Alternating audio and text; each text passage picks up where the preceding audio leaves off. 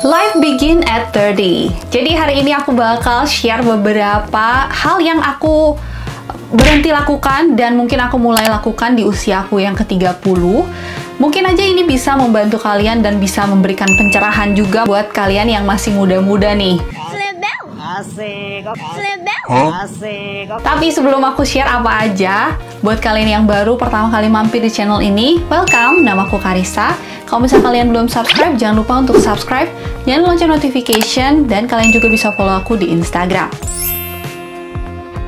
Mungkin waktu aku masih berusia kayak awal 20 tahunan gitu ya, aku masih melakukan hal-hal yang fun, yang apa ya, masih kayak mau experience hal-hal yang baru. Dan kadang-kadang tuh kalau misalnya ngikutin tren itu rada-rada FOMO gitu ya. Tapi sejak aku menginjak usia 30 tahun, apalagi di usia aku 30 tahun tuh aku udah memiliki anak gitu ya. Jadi kayak pikirannya itu udah mulai berubah. Dan ada juga kebiasaan-kebiasaan baru yang aku mulai lakukan. Jadi ini ada beberapa hal yang berubah gitu, termasuk dengan personality dan juga lifestyle aku. This is the things that I stop wearing and doing after I reach 30. Yang pertama, untuk pakaian. Nah, biasanya dulu waktu early 20 tuh aku masih kayak nggak apa-apa dengan baju-baju yang terbuka. Ya sebenarnya aku pakai baju juga nggak terbuka banget, cuman apa ya, karena masih anak-anak gitu, jadi kayak masih experience dengan fashion, style, dan segala macam. Tapi mulai kayak menginjak 30, kayak aku udah punya anak dan mulai reach 30 gitu, aku lebih memilih baju-baju yang lebih modest. Even kalau misalnya aku pakai baju yang kebuka nih, kayak aku berusaha untuk balancing. Misalnya kalau misalnya atasnya agak kebuka, bawahnya itu lebih tertutup kayak gitu. Jadi nggak yang kalau misalnya dulu misalnya atas tank top, bawah celana pendek gitu ya. Kalau misalnya sekarang itu kayak udah ngerasa rada risih gitu loh kalau misalnya pakai baju kayak gitu. Jadi aku lebih balancing the looks. Kalau misalnya atasnya rada kebuka, bawahnya itu ketutupan kayak gitu. Jadi aku juga pilih fashion yang lebih modest sih daripada aku waktu masih muda. Masih muda. Sekarang juga masih muda sih sebenarnya. Tapi bohong. Oke, terus yang kedua, heels. Walaupun memang aku dari dulu itu bukan orang yang suka pakai heels, tapi again, mungkin masih labil gitu ya, dan masih FOMO dengan fashion. Jadi kalau misalnya aku ke mall dikit aja gitu pakai heels gitu loh. Bayangin aja, kayak please deh.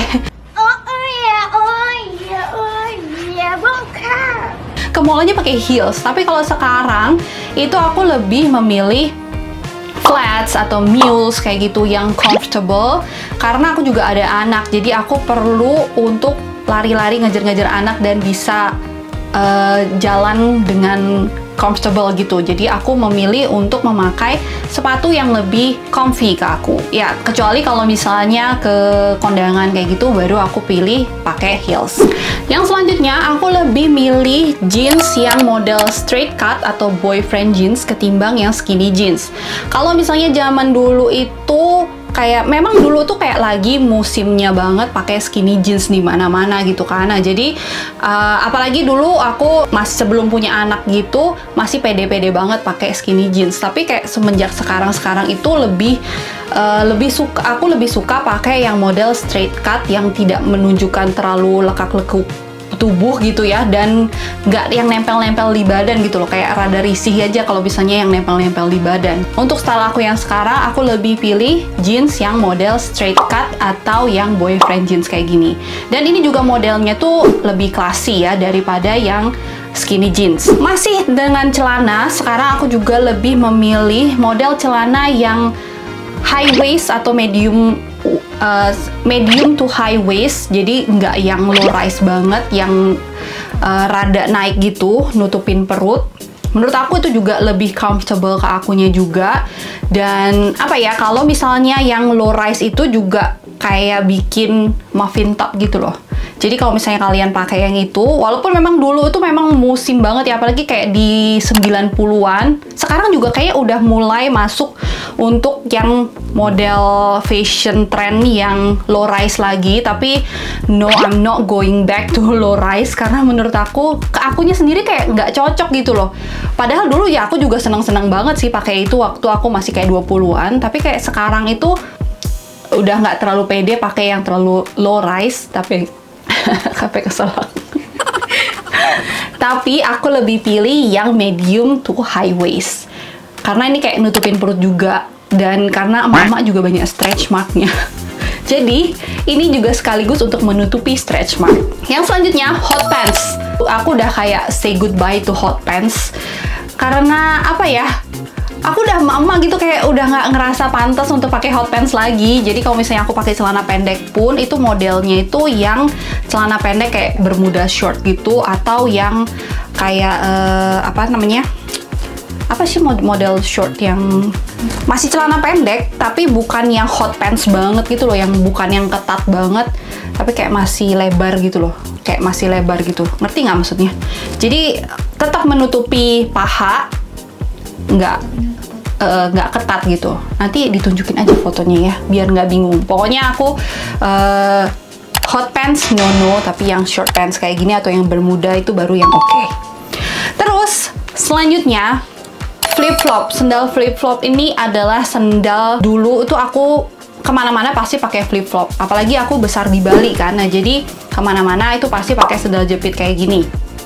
Tapi setelah aku berusia 30-an dan semenjak kesini gitu, bukannya nggak suka sih, cuman aku lebih pilih yang slip-on sandal. Kelihatannya tuh casualnya itu lebih rapi daripada pakai flip-flop.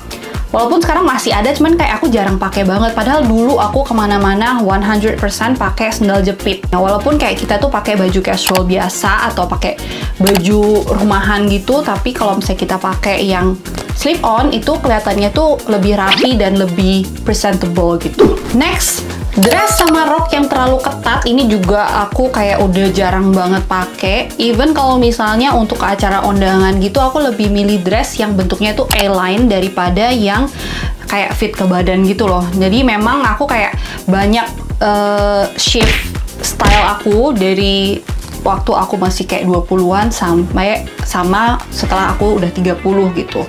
Memang pada dasarnya aku tuh memang suka yang oversize bajunya, tapi karena dulu tuh kayak masih mencari jati diri, jadi kayak kalau misalnya trennya apa tuh suka ngikutin. Dan dulu tuh tren banget kan baju yang kayak fit ke badan, rok yang fit ke badan dan segala macam. Tapi sekarang kayak aku lebih, karena aku sekarang juga udah lebih tahu stylenya aku tuh seperti apa, personal style aku tuh seperti apa. Jadi aku lebih suka dress atau rok yang bentuknya tuh A-line. Next juga, waktu aku umur 20 tahunan itu kayak aku suka banget aksesoris. Dan itu aku suka banget numpukin aksesoris kayak gelang gitu, ditumpuk kayak berapa biji. Dulu kayak gaya-gaya boho gitu loh. Jadi kayak ribet banget sebenarnya. Dan sekarang aku kayak even aksesoris yang aku pakai ini kayak I keep it minimal karena pengen yang simple-simple aja gitu loh, kayak kelihatannya itu yang clean dan simple dan minimalistik sih sebenarnya. Jadi kalau untuk urusan baju dan pakaian dan fashion gitu, sekarang aku lebih milih hal yang comfortable daripada yang fashionable. Ya, fashion and comfort itu tuh kayak salah satu hal yang berkaitan, tapi kayak kalau misalnya kalian mau jadi fashionable gitu, belum tentu bisa comfort gitu loh. Karena beberapa fashion itu sebenarnya nggak comfortable sama sekali. Kayak cuman kelihatan modis aja. Tapi kalau sekarang aku lebih milih yang klasik dan juga comfortable kayak gitu.